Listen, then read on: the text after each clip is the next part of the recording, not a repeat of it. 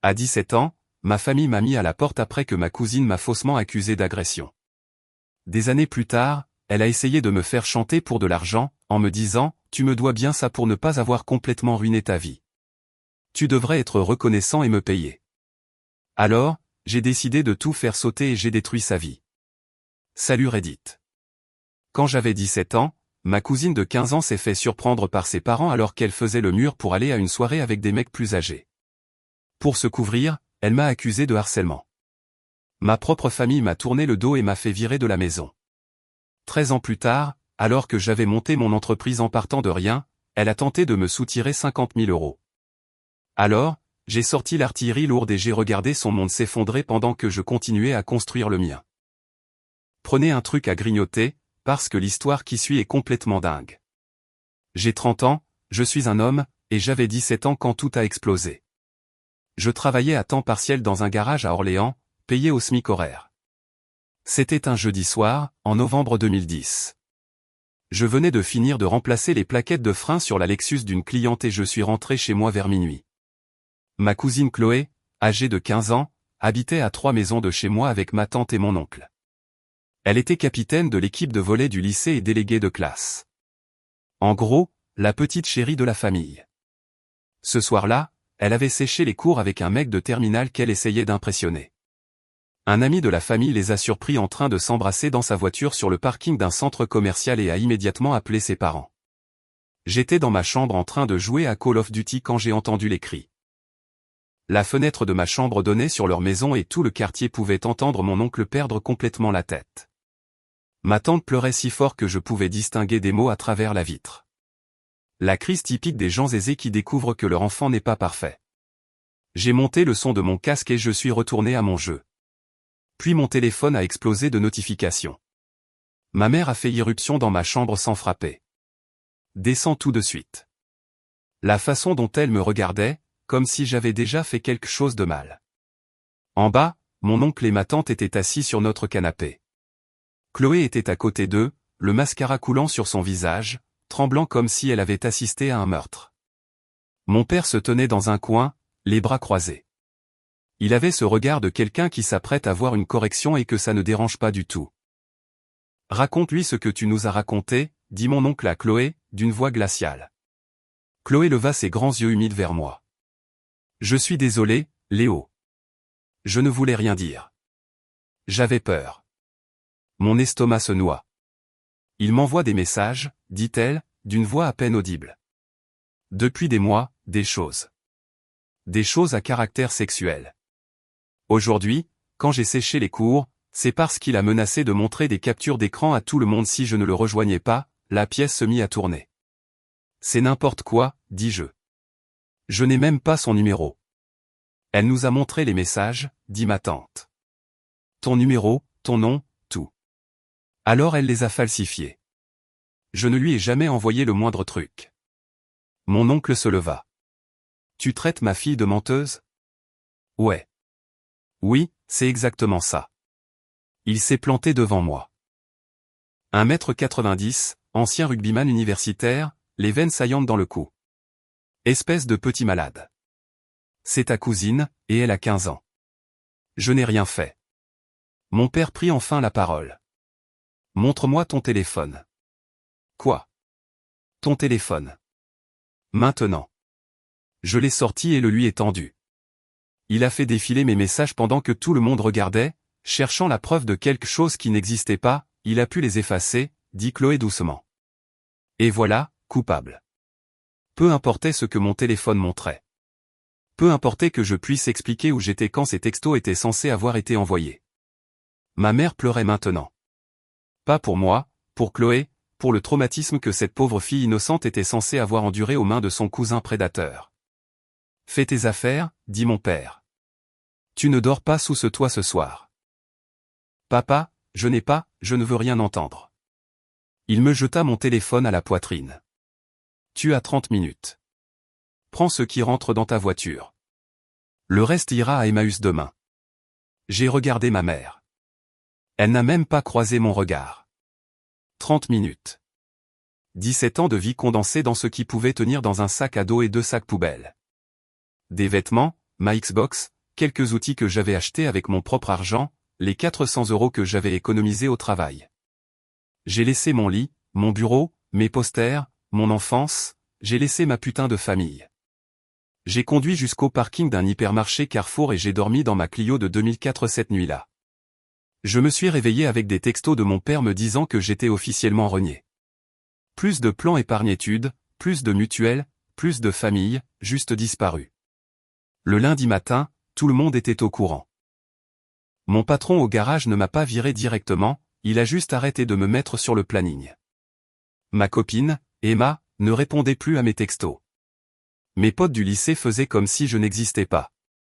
Les petites villes sont comme ça. Une accusation et tu es fini. Peu importe si c'est vrai. L'histoire est écrite, et tu n'as plus qu'à vivre dedans. J'ai tenu 2 semaines de plus à Orléans. 2 semaines de gens qui me dévisageaient au supermarché. 2 semaines d'anciens amis qui traversaient la rue pour m'éviter. 2 semaines à être traité comme un délinquant sexuel à 17 ans. La goutte d'eau qui a fait déborder le vase, c'est quand quelqu'un a gravé, pervers, sur la portière de ma voiture à la salle de sport. Je suis sorti du vestiaire pour le trouver, gravé profondément dans la peinture. Entouré de gens qui avaient certainement vu qu'il avait fait, mais qui soudainement ne se souvenaient de rien. Ce soir-là, j'ai retiré mes 400 €, j'ai fait le plein et j'ai mis le cap au sud-est. Sans jamais regarder en arrière. Il s'est avéré que vivre dans sa voiture à 17 ans était exactement aussi merdique que ça en a l'air. J'ai d'abord atterri près de Clermont-Ferrand. J'y ai passé 3 jours avant de réaliser que c'était trop proche. Trop de plaques d'immatriculation du 45. Trop de risque de tomber sur quelqu'un qui connaissait quelqu'un de chez moi. J'ai continué à rouler. Je suis arrivé à Lyon avec 50 € en poche et un quart de réservoir. Lyon était parfaite, assez grande pour disparaître. Assez jeune pour que personne ne s'interroge sur un adolescent qui se débrouille pour gagner de l'argent. Assez éclectique pour qu'être un solitaire ne vous rende pas suspect. Le premier mois a été rude. J'ai dormi dans ma voiture derrière une salle de sport ouverte 24h24 où j'avais un abonnement à 10 € par mois juste pour les douches. Je mangeais ce que je pouvais me permettre dans les menus à 1 €. Je faisais des petits boulots payés au noir trouvés sur le bon coin, déménager des meubles, creuser des fossés, n'importe quoi qui payait en liquide. Mais j'étais libre. Personne ne me connaissait ici. Personne ne traversait la rue en me voyant. Personne ne me traitait de prédateur. Après quelques semaines, j'ai trouvé un boulot régulier sur un chantier. Le patron se fichait de mon âge tant que j'arrivais à l'heure et que je travaillais dur. Payé en liquide tous les vendredis. Pas de question. Au bout de 3 mois, j'avais assez économisé pour louer une chambre dans une colocation avec 4 autres mecs. 200 € par mois pour un matelas par terre et l'accès à une salle de bain. Ça ressemblait au luxe après la Clio. J'ai passé mon bac en candidat libre à 18 ans. J'ai commencé à prendre des cours du soir en BTS. Gestion d'entreprise, comptabilité, économie de base. J'étais bon avec les chiffres. Je l'avais toujours été. Le jour, je travaillais sur les chantiers. Le soir, j'étudiais. Le week-end, j'ai commencé à acheter et revendre des trucs sur le Bon Coin et eBay. Acheter de l'électronique en panne, réparer, revendre avec un bénéfice. J'ai acheté une Xbox cassée pour 20 €, j'ai remplacé un composant commandé sur Amazon pour 5 €, et je l'ai revendu 80. De l'argent facile si on avait le temps et la patience. En 1 an, j'avais mis en place un système. Écumer les dépôts-ventes et les brocantes pour trouver de l'électronique sous-évaluée. Réparer ce qui n'allait pas. Les mettre en vente en ligne. Les expédier. Et recommencer. Ce n'était pas glamour, mais c'était à moi. En 2013, j'avais emménagé dans mon propre studio. Minuscule, mais il y avait un vrai lit et une cuisine et pas les affaires des autres partout. J'avais l'impression d'être dans un palace. J'ai continué à revendre de l'électronique mais en passant à l'échelle supérieure, ordinateur portable, console de jeux, téléphone. J'ai commencé à acheter en gros lors de ventes de liquidation. Certaines semaines, je faisais 2000 € de bénéfices. C'est là que j'ai réalisé que je pouvais en faire quelque chose de réel. J'ai créé une SARL en 2015. Léo Électronique, réparation et revente. J'ai loué un petit entrepôt. J'ai embauché mon premier employé, un jeune nommé Liam, qui était doué en informatique. L'entreprise a grandi plus vite que prévu. Il s'est avéré qu'il y a une énorme demande pour l'électronique reconditionnée si vous la vendez au bon prix et que vous la réparez correctement. En 2018, nous avions 6 employés et des contrats avec plusieurs entreprises locales pour leur réparation technique. Côté cœur, c'était compliqué. Difficile de construire quelque chose de solide quand on est constamment paranoïaque que son passé vous rattrape. J'ai eu quelques rendez-vous, quelques relations qui ont duré quelques mois, mais je gardais toujours les gens à distance. Je ne laissais jamais personne s'approcher assez pour poser trop de questions sur ma famille ou pourquoi je ne leur parlais jamais. Puis j'ai rencontré Clara en 2022. Elle était intelligente, drôle, et ne se laissait pas faire. C'est elle qui m'a invité à sortir en premier, ce qui a scellé l'affaire. Clara savait que je ne parlais pas à ma famille. Je lui ai dit que nous nous étions disputés quand j'étais plus jeune et j'en suis resté là. Elle n'a pas insisté. Elle a dit que tout le monde avait des choses dont il ne voulait pas parler. Nous avons emménagé ensemble après 6 mois. Nous nous sommes fiancés après 1 an. Mon entreprise marchait bien, générant environ 300 000 € de bénéfices annuels. J'avais acheté une maison, un bon pick-up, j'avais de l'argent à la banque. Pas riche, mais à l'aise. Plus qu'à l'aise. J'avais gagné, putain. J'étais parti de rien à 17 ans et j'avais construit tout ça tout seul.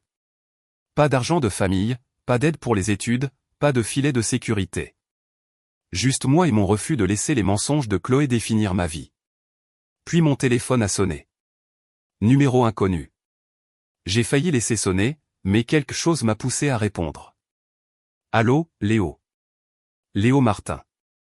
La voix était plus âgée, mais je l'ai reconnue instantanément. Chloé. Mon sang se glaça.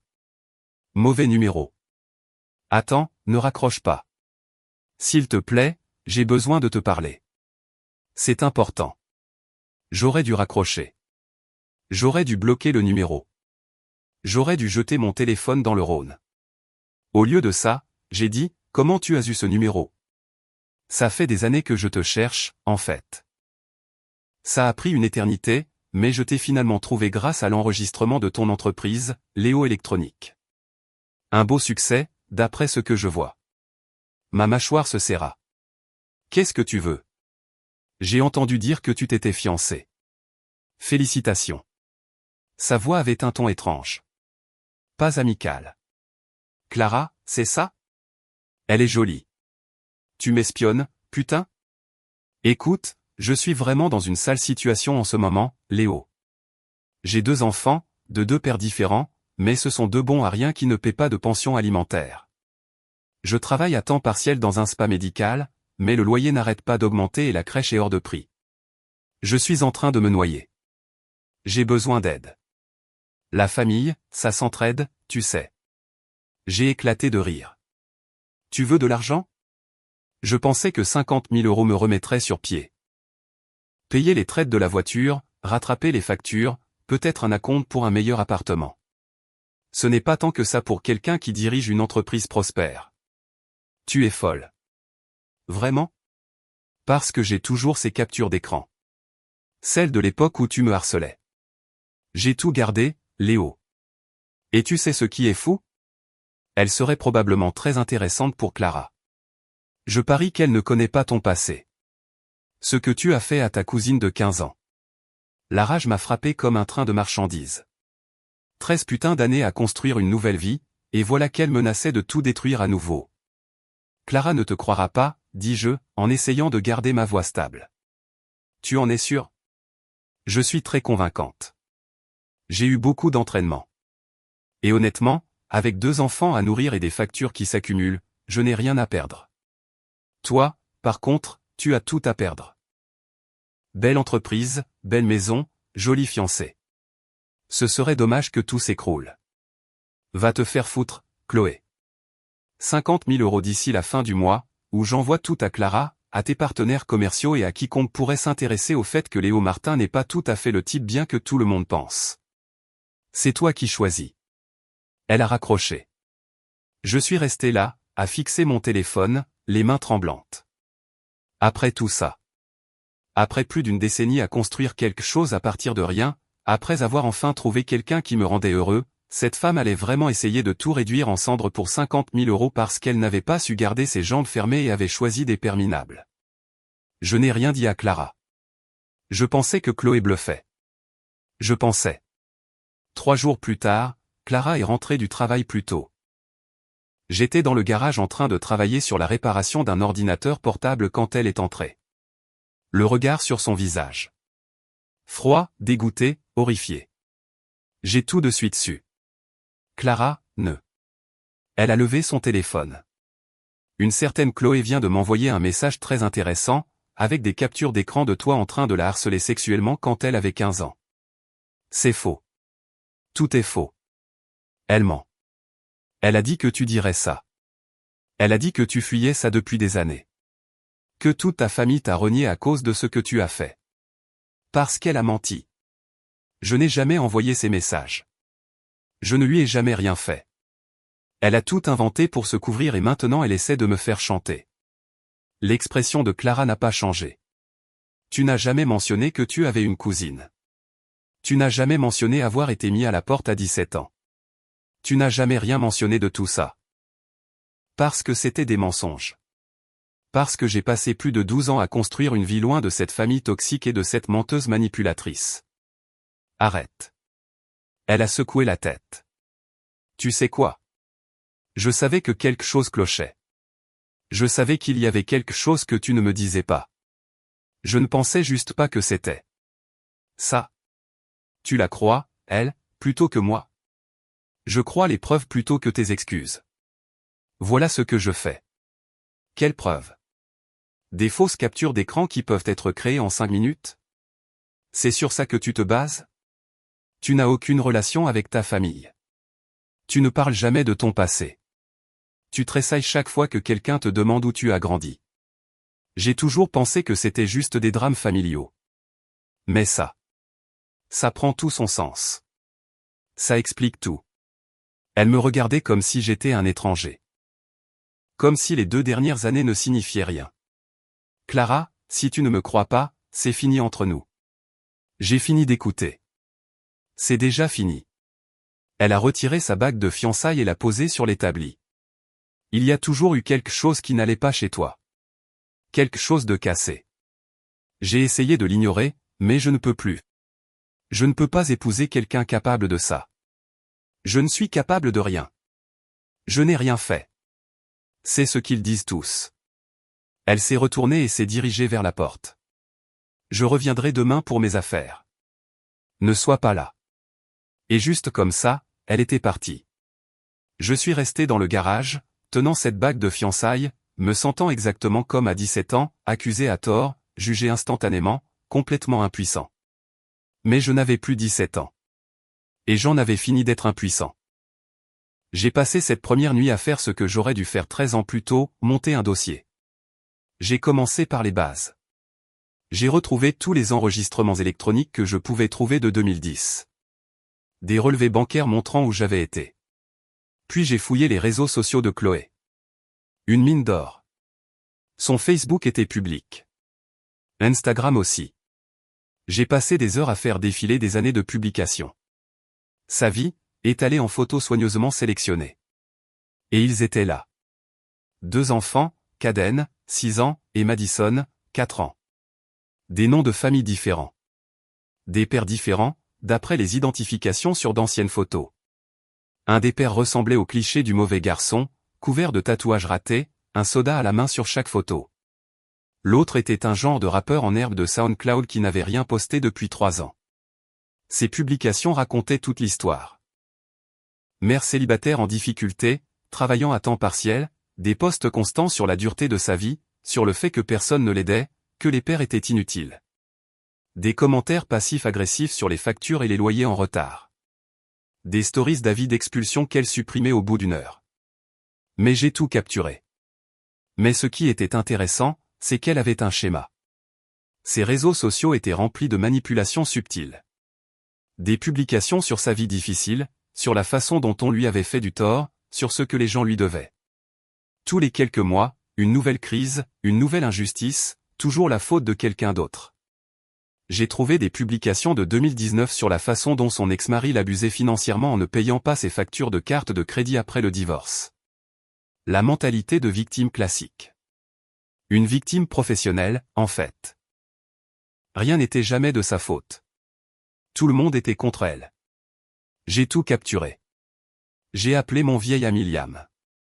Le gars était un magicien de l'informatique et il me devait bien ça pour lui avoir donné son premier vrai boulot. J'ai besoin que tu analyses des fichiers images, lui ai-je dit. Des captures d'écran qui sont censées dater de 2010. Je dois prouver qu'elles sont fausses. Une analyse forensique? Ouais, je peux faire ça. Envoie-les-moi. Je lui ai transféré les captures d'écran que Chloé avait envoyées à Clara, les mêmes qu'elle avait montrées à mes parents 13 ans plus tôt. Liam m'a rappelé 3 jours plus tard. Mec, c'est des faux grossiers. Celui qui les a fait était un amateur. Montre-moi. Il m'a tout expliqué par appel vidéo, affichant les images sur son écran. D'abord, les formats d'horodatage sont faux. En 2010, les iPhones affichaient l'heure différemment. Ils utilisaient une couleur grise plus claire et une police de caractères différente. Celle-ci montre le style plus sombre et plus gras qui n'est apparu qu'avec iOS 9 en 2015. Petit détail, mais il est là. Il a zoomé sur une autre section. Tu vois ça? L'icône de la batterie. Ce design n'a été introduit qu'en 2014. En 2010, elle était plus rectangulaire, moins arrondie. Encore une petite erreur, mais ça prouve que ce ne sont pas de vraies captures d'écran de cette période. Quoi d'autre? Maintenant, voici le plus gros. Le numéro de téléphone. Tu as dit que c'était censé être ton numéro à l'époque? Ouais. Le format de l'indicatif est faux pour l'interface de l'époque. Cela ressemble à quelque chose qui a été tapé manuellement dans un générateur plutôt que tiré d'une véritable liste de contacts. Le formatage le trahit. Liam a continué avec d'autres détails. J'ai aussi vérifié la résolution et la compression. Ces images ont été sauvegardées et re-sauvegardées plusieurs fois. L'artefact JPEG montre une perte générationnelle, ce qui signifie qu'elles ont été éditées, exportées et manipulées. Une vraie capture d'écran prise sur un iPhone en 2010 et conservée dans les photos n'aurait pas ce type de dégradation. Tu peux mettre tout ça dans un rapport? Déjà en train de le faire. Donne-moi un jour de plus et j'aurai une analyse forensique complète avec des annotations. Ce truc tiendrait la route si jamais tu en avais besoin légalement. Parfait. Merci, mec. Pas de problème. Celui qui a essayé de te piéger était un amateur.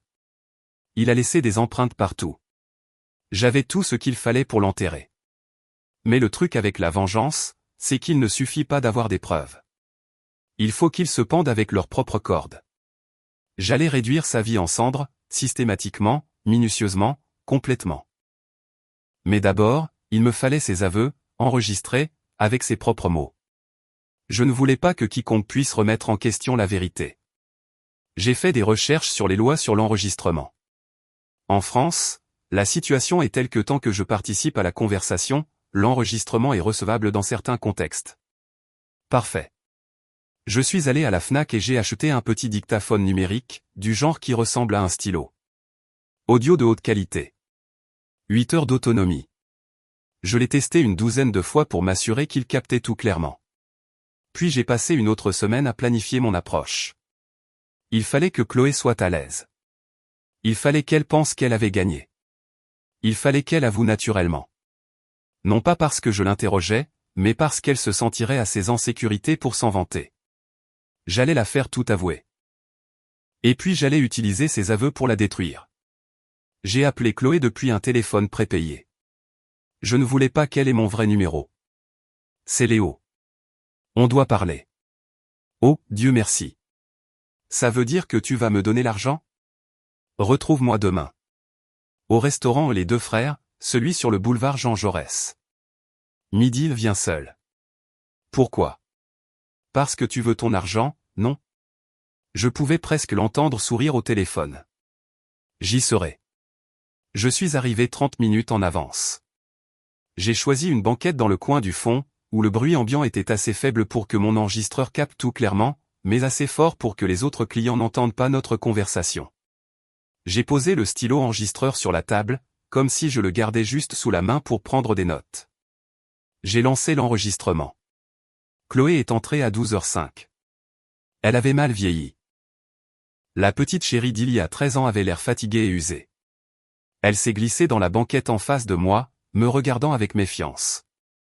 Alors, tu t'es décidé. J'y pense, ai-je dit. Mais j'ai besoin de comprendre quelque chose d'abord. Pourquoi maintenant? Pourquoi après 13 ans? Elle a haussé les épaules. Je te l'ai dit, je suis fauché. 2 enfants, des boulots minables, pas d'aide. Toi, tu t'en sors bien. Ça me semblait une solution logique. Comment t'est venue cette idée? Le chantage, je veux dire. Un petit sourire apparut sur son visage. J'ai toujours su où étaient ces captures d'écran. J'ai pensé à les utiliser avant, mais je n'ai jamais eu le courage. Puis j'ai vu que ton entreprise marchait bien, et je me suis dit, pourquoi pas? Tu me dois bien ça, de toute façon. Je te dois ça? Bien sûr. J'ai dû vivre avec la culpabilité de ce qui s'est passé pendant 13 ans. Ça doit bien valoir quelque chose. L'enregistreur captait chaque mot. J'ai gardé un visage neutre. Comment tu as fait les captures d'écran à l'époque? Elle s'est adossée, se mettant à l'aise. C'était le truc avec Chloé. Fais-la parler d'elle, et elle ne pouvait plus s'arrêter. Il y avait cette application. Tu pouvais créer de fausses conversations SMS, faire croire que n'importe qui avait dit n'importe quoi. J'ai passé genre 2 heures ce soir-là à les rendre réalistes. C'était même plutôt amusant, d'une manière tordue. Ça a dû être stressant, quand même. 15 ans, inventer tout ça. J'étais en panique, a-t-elle admis. Je me suis fait griller avec Noah et je savais que mes parents allaient me tuer, me punir à vie, probablement me retirer du volet. J'avais besoin de quelque chose de gros pour les distraire, quelque chose qui leur ferait oublier ce que j'avais fait. Elle a fait une pause. Tu comprends maintenant, n'est-ce pas, a-t-elle poursuivi. Ne le prends pas personnellement. Ça aurait pu être n'importe qui. Tu étais juste là au mauvais endroit, au mauvais moment. Je voulais l'attraper par le collet, mais j'ai gardé ma voix calme. Et tu n'as jamais eu de remords, pour ce que ça m'a fait? Elle a détourné le regard. Si, un peu, parfois. Mais bon, tu as bien rebondi, non? Tu t'en sors très bien. Mieux que bien. Donc, tout s'est bien terminé. J'étais SDF à 17 ans. Mais tu n'es plus SDF maintenant. Tu t'en es remis. J'ai perdu ma famille, mes amis, toute ma vie. Elle a levé les yeux au ciel. Ok, ça a été la merde pendant un moment. Mais tu as réussi maintenant. Tu devrais même me remercier. Toutes ces épreuves t'ont probablement rendu plus fort, ou un truc du genre. Elle s'est penchée en avant. Écoute, je n'ai pas le temps pour tes états d'âme. Tu me donnes l'argent ou pas? 50 000 euros. C'est ce que tu as dit. C'est le chiffre. Et si je ne les ai pas, alors Clara recevra d'autres captures d'écran. Tes partenaires commerciaux recevront un joli email. Peut-être que je porterai plainte. Je dirai que je suis enfin prête à parler de ce que tu m'as fait il y a 13 ans. En jouant à fond la carte du j'avais trop peur de le signaler à l'époque, mais maintenant je suis assez courageuse. Ça marche bien, de nos jours. Tu mentirais aux flics? J'ai déjà menti à tout le monde. Qu'est-ce que ça change? Elle a souri. D'ailleurs, personne ne te croirait. Pauvre mère célibataire avec 2 enfants contre un type au passé suspect et sans attache familiale. S'il te plaît, je passerai aux infos comme une survivante. Toi, tu serais fiché. Chaque mot, chaque aveu, chaque menace. L'enregistreur captait tout. Et tes enfants? Ai-je demandé. Tu vas vraiment leur apprendre que le chantage, c'est bien? Mes enfants sont la raison pour laquelle je fais ça. Je suis sur le point de me faire expulser à nouveau. Tu crois que j'en ai quelque chose à faire de la morale en ce moment? Je ferai tout ce qu'il faut. Donc c'est ça. Tu as ruiné ma vie à 15 ans. Maintenant, tu essaies de la ruiner à nouveau à 30 ans. Et tu n'as aucun remords. Elle a haussé les épaules. Je suis désolé de devoir faire ça. Mais je ne suis pas désolé de le faire. Il y a une différence. Je me suis adossé et j'ai croisé les bras. Et si je pouvais prouver que tu as menti sur tout ça? Son sourire s'est effacé. Tu ne peux pas, et si j'avais une analyse forensique? La preuve que ces captures d'écran ont été falsifiées. Des preuves montrant toutes les petites erreurs que tu as faites? C'était il y a 13 ans. Personne ne s'en soucierait maintenant. La justice s'en soucierait. Surtout quand je leur montrerai que tu es en train de commettre un chantage. C'est un crime. Chloé, tu risques plusieurs années de prison si je porte plainte. Tu ne le ferais pas, mets-moi au défi. Je me suis penché en avant. Voici comment ça va se passer. Tu vas publier des aveux complets sur les réseaux sociaux. Facebook, Instagram, partout. Tu vas expliquer exactement ce que tu as fait il y a 13 ans. Comment tu as falsifié les captures d'écran. Comment tu as menti à tout le monde. Comment tu as détruit ma vie pour sauver tes fesses. Et tu vas t'excuser publiquement. Jamais de la vie. Option 2. Je prends toutes ces preuves, plus les aveux que tu viens de me faire. Oui, j'enregistre toute cette conversation, c'est parfaitement légal. Et je dépose une plainte pour diffamation, préjudice moral, perte de revenus. Je te poursuivrai pour tout ce que tu vaux, ce qui, certes, n'est pas grand-chose, mais je m'assurerai que tu passes la prochaine décennie au tribunal. Je porterai plainte au pénal pour le chantage. J'enverrai tout ça aux services sociaux et je leur ferai savoir quel genre de personne élève ses enfants.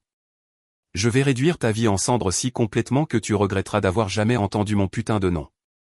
La couleur quitta son visage. Léo. Ce sont tes options. Publie les aveux, encaisse les critiques de tes amis et de ta famille, et on en reste là. Ou affronte-moi et passe les 13 prochaines années dans les ennuis judiciaires pendant que je fais de ta destruction ma mission personnelle. Mes enfants. Tu aurais dû penser à tes enfants avant de décider de me faire chanter. Elle tremblait maintenant. De vraies peurs, pas les fausses larmes d'il y a 13 ans. Alors, qu'est-ce que tu choisis? Elle me fixa, réalisant que je l'avais complètement coincée. Les aveux, a-t-elle finalement murmuré. Très bien. Je les publierai. Aujourd'hui. Maintenant. Tu vas les écrire sur ton téléphone et les publier avant de quitter ce restaurant. Et ça a intérêt à être détaillé. Ça a intérêt à tout expliquer. Et si tu essaies de les supprimer plus tard, j'ai des captures d'écran et je m'assurerai que tout le monde les voit. Elle a sorti son téléphone, les mains tremblantes. Chloé est restée là pendant 20 minutes à taper sur son téléphone. J'ai surveillé chaque mot. Je lui ai fait réécrire les parties qui n'étaient pas assez claires. Je lui ai fait ajouter les détails qu'elle essayait d'omettre. Je lui ai fait prendre l'entière responsabilité sans aucune excuse bidon sur le fait d'être jeune ou d'avoir peur. Quand elle a enfin eu fini, elle m'a montré le brouillon. Publie, ai-je dit. Léo, s'il te plaît. Mes amis vont voir ça. Ma famille. J'ai dit, publie. Elle a appuyé sur le bouton. Le statut a été mis en ligne sur Facebook. Elle est passée à Instagram et a publié la même chose. J'ai sorti mon propre téléphone et j'ai tout capturé. Les aveux, les horodatages, tout. Une dernière chose, ai-je dit. Tu vas envoyer ça à mes parents, à tes parents, et à tout le monde dans la famille. Tu vas t'assurer qu'ils voient tout ce que tu viens de poster. Léo. Fais-le, ou je commence à appeler des avocats. Elle a créé une conversation de groupe familial, y a mis le lien vers ses aveux, et a appuyé sur envoyer. En quelques secondes, les réponses ont commencé à affluer, choc, colère, incrédulité. Son téléphone n'arrêtait pas de vibrer. Je peux y aller maintenant, a-t-elle demandé, de vraies larmes coulant sur son visage cette fois. Une dernière chose. Si jamais tu me recontactes, et je dis bien jamais, je porte plainte. Si jamais tu essaies de revenir sur tes propos, de prétendre que tu as été forcé, de dire autre chose que la vérité, j'ai cet enregistrement, j'ai toutes les preuves, et je vais te pourrir la vie à un point tel que tu auras besoin d'une thérapie juste pour te souvenir de ce qu'est une vie normale. C'est clair? C'est clair. Dégage. Elle a attrapé son sac et a pratiquement couru hors du restaurant. Je suis resté assis quelques minutes, à regarder les commentaires affluer sur sa publication. Ses amis, sa famille, tous ceux qui l'avaient cru 13 ans plus tôt voyaient maintenant la vérité. Mon oncle a commenté, « Comment as-tu pu faire ça ? Ma tante, je n'arrive pas à croire que tu aies menti sur quelque chose comme ça. Ma mère, où est Léo ? Quelqu'un a son numéro ? » Ses propres amis se retournaient contre elle en temps réel. Des commentaires sur la personne horrible qu'elle était, sur la confiance qu'il lui avait accordée, sur leur incrédulité qu'elle ait pu détruire la vie de quelqu'un comme ça. C'était magnifique. J'ai payé l'addition, j'ai empoché l'enregistreur et je suis sorti de ce restaurant en me sentant plus léger que je ne l'avais été en 13 ans.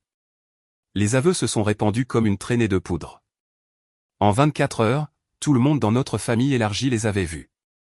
Tout le monde de notre ville natale, tout le monde dans le cercle social de Chloé. Les captures d'écran étaient partagées, l'histoire était décortiquée. Les gens prenaient parti. La plupart étaient de mon côté. Finalement. Son employeur l'a vu. Apparemment, les spas médicaux n'aiment pas garder des réceptionnistes connus pour porter de fausses accusations. Elle a été licenciée une semaine après la publication. Son propriétaire l'a vue. Elle était en retard de 3 mois sur son loyer de toute façon, et les aveux ont été la goutte d'eau. Avis d'expulsion signifié dans la semaine. Ses amis l'ont abandonnée. Les commentaires sur sa publication sont devenus brutaux.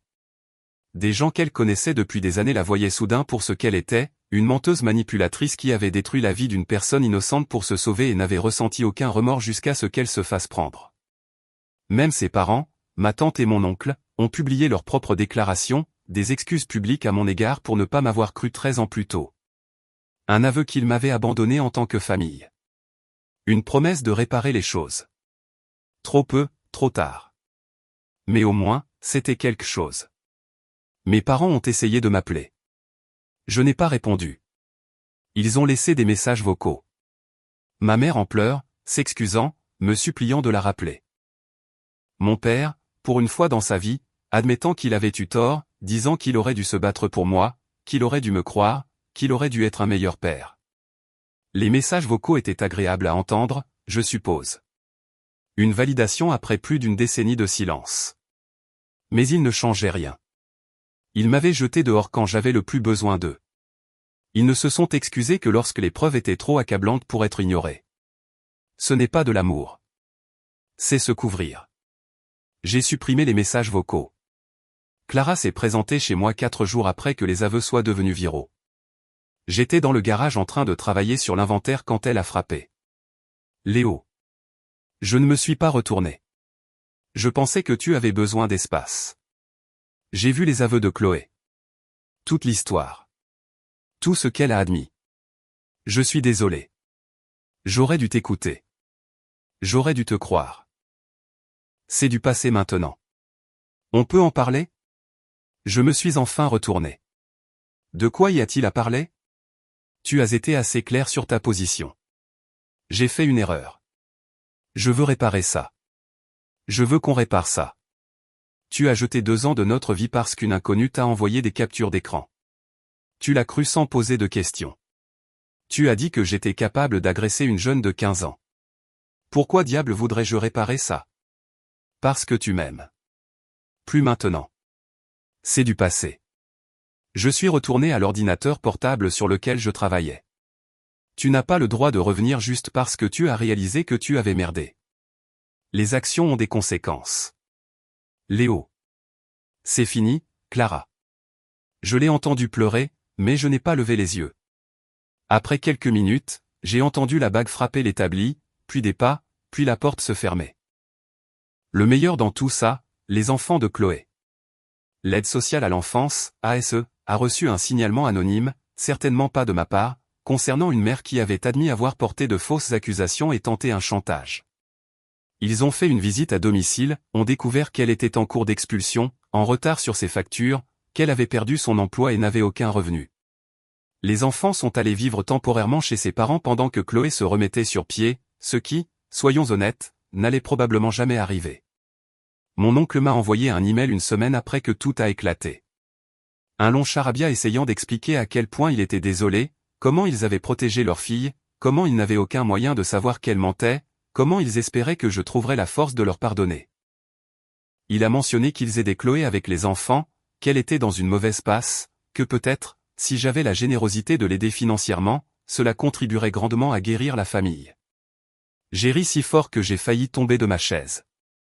Ces gens, ces putains de gens, m'ont mis dehors à 17 ans, ont cru des mensonges sans preuve, m'ont laissé souffrir pendant plus d'une décennie, et maintenant ils voulaient que j'aide Chloé parce qu'elle était en difficulté. Non, merci. 6 mois plus tard, la vie avait trouvé un nouveau rythme normal. L'entreprise d'électronique se portait toujours bien. J'avais embauché 2 employés de plus et je m'étais développé sur les contrats commerciaux. L'argent rentrait régulièrement. Ma réputation était solide. Chloé, d'après ce que j'ai entendu dire, était complètement foutue. Elle avait perdu son travail, son appartement, et vivait chez ses parents à 29 ans. Ses enfants étaient toujours chez ses parents car elle ne pouvait pas se permettre son propre logement. Ses amis l'avaient abandonnée. Sa réputation était détruite. Les aveux étaient toujours sur ses réseaux sociaux. Elle avait essayé de les supprimer une fois, mais j'avais tout capturé et envoyé à tous ceux qui avaient commenté, m'assurant qu'Internet n'oublierait jamais ce qu'elle avait fait. Chaque fois qu'un employeur potentiel cherchait son nom sur Google, ses aveux apparaissaient. Chaque fois que quelqu'un du passé la cherchait, ses aveux apparaissaient. Elle avait réussi à faire en sorte que les conséquences de ses actes la suivent pour toujours. Bien. Quant à moi, j'avais enfin trouvé la paix avec tout ça. Pendant 13 ans, j'avais porté ce poids, cette colère, ce besoin de prouver que j'étais innocent. Et maintenant, je n'avais plus rien à prouver. La vérité était là. Les gens qui comptaient savaient ce qui s'était réellement passé. Je n'avais besoin de personne. J'avais mon entreprise. J'avais ma vie. Et je l'avais construite tout seul. J'ai commencé un nouveau passe-temps à cette époque, la restauration de voitures de collection. J'ai acheté une Chevrolet Chevelle SS de 1969 pour 12 000 € lors d'une vente de succession. La famille ne savait pas ce qu'elle avait. La voiture était un tas de rouille, mais le châssis était sain et les numéros correspondaient. J'ai passé mes soirées dans le garage à reconstruire cette voiture de fond en comble. C'était incroyablement thérapeutique. Prendre quelque chose de cassé et le rendre meilleur qu'avant, ça me semblait approprié compte tenu de tout. Quand j'ai fini la Chevelle 6 mois plus tard, je l'ai mise en vente sur un site spécialisé juste pour voir. Elle s'est vendue 68 000 €. C'est là que j'ai réalisé que j'avais trouvé ma prochaine entreprise. J'ai commencé à écumer les ventes de succession, les enchères, les annonces sur le Bon Coin, à la recherche de voitures à restaurer. Les acheter à bas prix, les restaurer, les revendre avec un profit considérable. L'entreprise d'électronique continuait de payer les factures, mais les voitures payaient pour mon avenir. En un an, j'ai restauré et vendu 12 véhicules. Le bénéfice moyen par voiture était d'environ 35 000 €. L'argent était dingue. Le travail était satisfaisant. Et personne ne se souciait de mon passé, car tout ce qui comptait, c'était ma capacité à transformer leur tas de rouille en une voiture de salon. Je gagnais environ 200 000 € par an rien qu'avec les restaurations. Plus l'entreprise d'électronique, plus les investissements intelligents que j'avais faits avec tout cet argent supplémentaire. À 31 ans, mon patrimoine était d'environ 1,1 million d'euros. Pas de quoi prendre ma retraite, mais sacrément confortable. Et j'avais fait tout ça sans eux, sans ma famille, sans Clara, sans personne qui avait douté de moi. Juste moi, mes outils, et mon refus de laisser la vie des autres définir la mienne.